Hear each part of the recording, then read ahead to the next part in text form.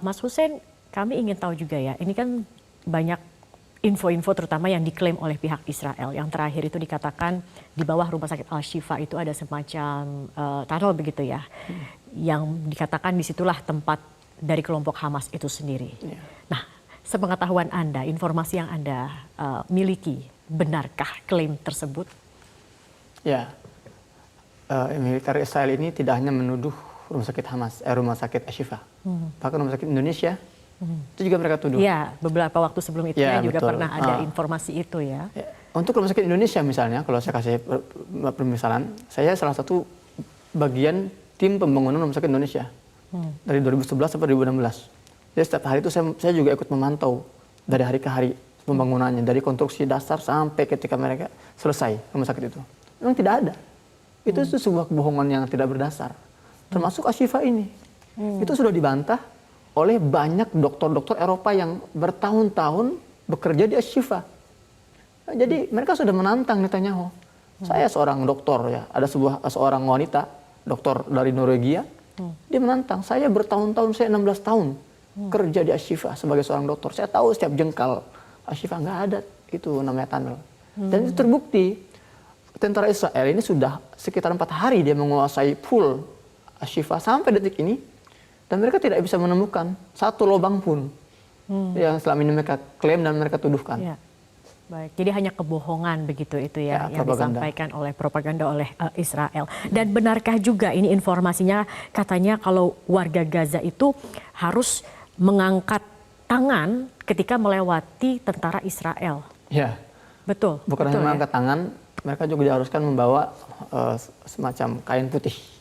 Kain putih, itu tanda untuk apa sebenarnya? Iya, itu sebetulnya usaha mereka untuk mengolok-olok warga, memberikan ketakutan. Nggak boleh lewat. Mereka senang dengan ketakutan warga? Ya, bukan dengan ketakutan. Mereka senang dengan pembunuhan. Ya, kita lihat kemarin ada seorang ayah, kakek-kakek berjalan mengangkat bendera putih. Anaknya mau ikut, anak kecil. Lari anak kecil tuh, sebagai tanggung. Ditembak kepalanya saat sedang mengejar bapaknya.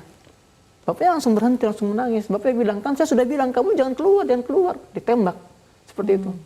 Di satu kisah lagi, kisah nyata, temannya Neng Jinan ini, seorang mahasiswi, namanya Rim.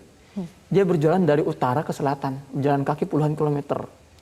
Di tengah jalan, dia bersama seorang ibu yang menggendong seorang bayi kecil.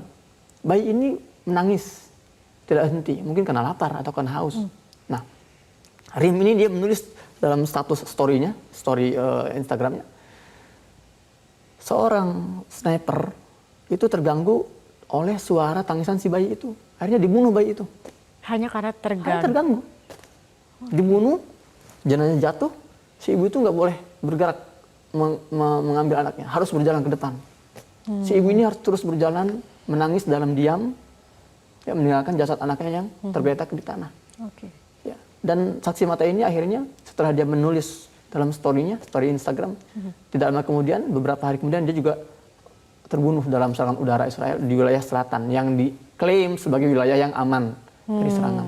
Jadi benar juga ya, masyarakat Israel atau orang-orang yang masyarakat Palestina ataupun juga orang-orang yang berada di Palestina yang mengunggah situasi di Palestina, di Gaza itu juga menjadi target ya? Ya, seperti itu. Diawasi berarti seperti itu. Sudah ada 30 lebih wartawan jurnalis yang aktif di media sosial itu dibunuh. Menjadi korban. Ya, menjadi korban. Baik, Mbak Jinan dari lahir dan besar di Palestina, di Gaza begitu ya. Bagaimana sebenarnya masyarakat di sana memandang Hamas? Inti kauniki Palestina, يعني أنت ولدتي في غزة وتعيشي وتكبري في غزة. ماذا ترين بخصوص الحماس؟ حماس هي جزء من الشعب الفلسطيني، والآن القضية هي ليست مع حماس والاحتلال، هي قضية شعب، قضية حق إما يعني لا نقول إما نحن إما هم، إما نحن فقط وليس هم، لأنها هذا أيضا ليس صراع، الصراع يشمل الطرفين صحيح، ولكن هذه فقط الطرف فيه حق والطرف الآخر ظالم.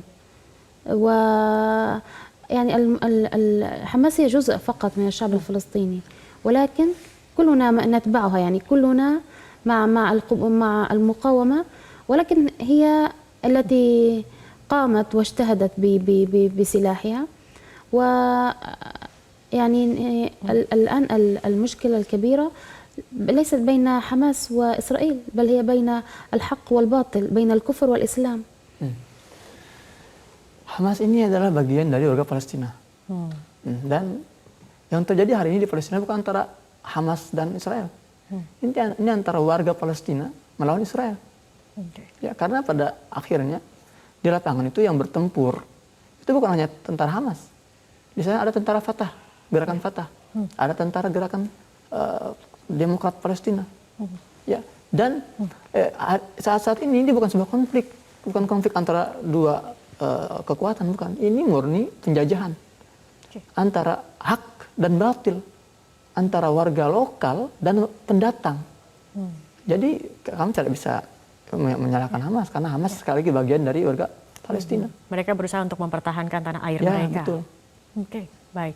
Nah, kalau begitu juga Mas Hussein, Anda sudah sampai di sini dengan banyak sekali berliku-liku untuk dievakuasi, begitu ya, dengan cukup tertahan lama.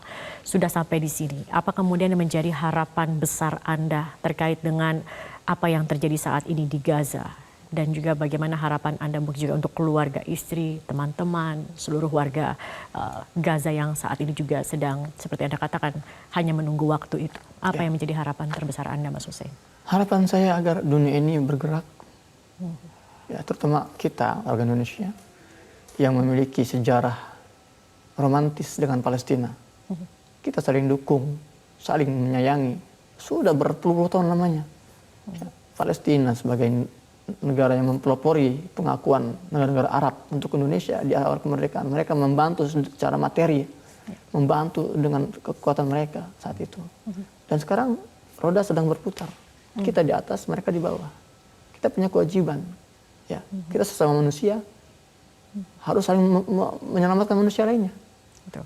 Dan harapan kami kepada pemerintah untuk terus menunjukkan kinerjanya yang lebih.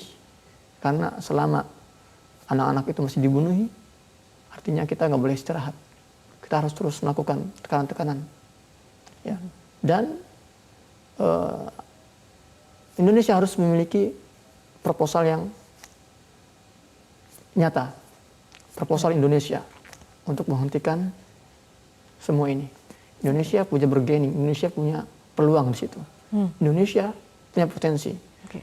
Negara-negara luar, ya Mbak, itu ada dikotomi antara pemerintah dan warganya. Di Inggris warganya pro-Palestine, pemerintahnya pro-Israel. Di Amerika juga sama. Ya, di Perancis, Italia. Baik. Indonesia, warganya pro-Palestine, pemerintah pro-Palestine. Ini harus terus sinergi, terus dijalin seperti itu. Kita harapkan ada bentuk nyata, dorongan keras juga, terutama untuk mendorong bagaimana kemudian perdamaian di Palestina ini bisa segera terwujud. Ya, betul. Baik, Mas Hussein, sebenarnya masih banyak yang ingin kami gali, tapi sayangnya memang waktu kita sudah sampai di sini habis. Terima kasih sekali lagi atas kedatangannya Mas Hussein dan juga Mbak Jinan. Tentu tidak mudah Mbak Jinan meninggalkan tanah air begitu, tapi kami harapkan ini adalah salah satu keputusan terbaik, walaupun jauh, tetapi ada hal-hal yang bisa kita lakukan untuk membantu saudara-saudara kita di Palestina. Terima kasih sudah hadir pada malam hari ini. Dan pemirsa, itulah perbincangan kami bersama Mas Hussein dan juga istri Mbak Jinan Muslim. Kami masih akan kembali usai jeda dengan informasi lain.